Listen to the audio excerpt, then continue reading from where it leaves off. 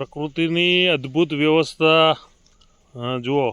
આ પ્રાકૃતિક ખેતીના 12 વર્ષના અંતે અમારા ખેતર ઉપર તમામ પ્રકારના જીવ જંતુ સૂક્ષ્મ જીવાણુ પશુ પંખી એરું સાપથી માંડીને વીછી બધા જ તમામ પ્રકારના જીવો અમારા આ જંગલ વિસ્તાર જે બાઉન્ડ્રી ઉપર બનાવ્યું છે આ બાજુ છે, તમામ પ્રકારના આ નીચે બાયોમાસ છે. આ બધું જ પ્રાકૃતિક ખેતી માટે અત્યંત મહત્ત્વની વસ્તુ છે. હવે વાત આવી ઉદયની, તો ઉદયના રાફડા અમારા ખેતરની અંદર આવી રીતે અસંખ્ય પ્રકારના થઈ ગયા છે.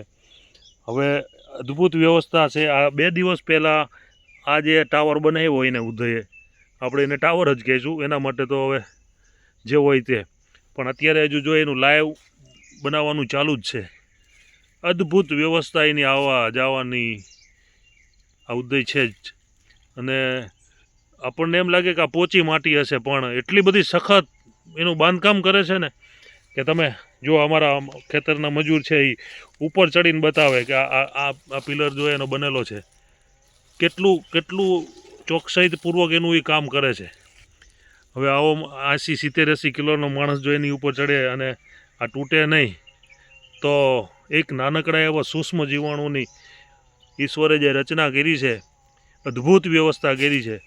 અને આજે આધુનિક વિજ્ઞાન, આધુનિક ખેતી ઉદયને એક દુશ્મન સમજે છે કે ખેતરની અંદર ઉદય હોય તો પાકને નુકસાન કરે, અને ક્લોરોફાયરીફોસ જેવી દવા ખેતરમાં પાણી સાથે ભેળવી અને આપે છે, તો જમીનમાં રહેલા તમામ જીવોનો નાશ પામે છે અને અત્યંત જમીનની અંદરની બાયોડાયવર્સિટીને નુકસાન કરે છે.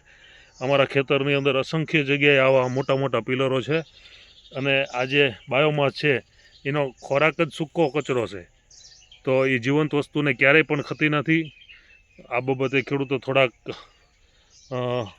ડીપમાં જઈ અને થોડુંક વિચારે કે પ્રકૃતિના જે જીવો છે દરેકની વ્યવસ્થા કુદરતે અલગ રીતે કરેલી છે.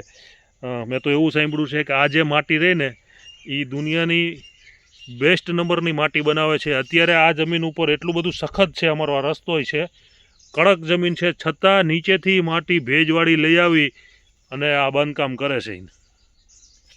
એટલે અદ્ભુત વ્યવસ્થા છે. અસ્તુ શ્રી ગોવર્ધન પ્રાકૃતિક ફાર્મ, ગામ હરિપર, તાલુકો ધાંગધ્રા, જિલ્લો સુરેન્દ્રનગર. વિનુભાઈ વરમોરા. Mobile number 99 094 58 9 11.